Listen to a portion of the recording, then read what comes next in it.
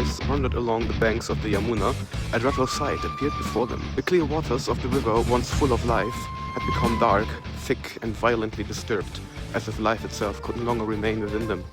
No fish swam in those waters, no deer came to drink. Birds flying overhead would fall down dead from the poisonous fumes emanating from the mouth of Kāliya. All creatures had abandoned that place.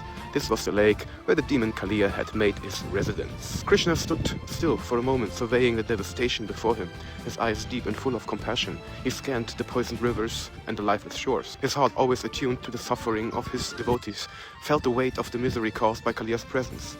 The lake, once an integral part of his beloved Vrindavan, had been corrupted, and where there was corruption, Krishna would bring purity. Krishna tightened his belt, ready to enter the arena of the Kāliya snake, climbed a nearby tree, or whatever was left over of it, and jumped into the lake.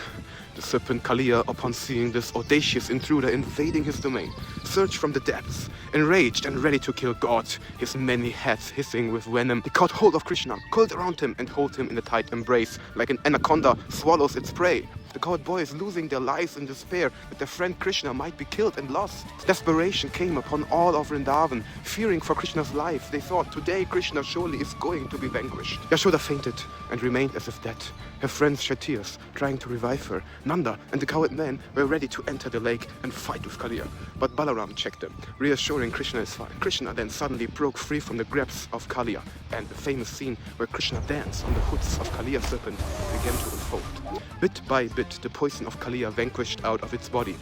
Lifetimes of anger, envy and grief began to evaporate from Kāliya's mind.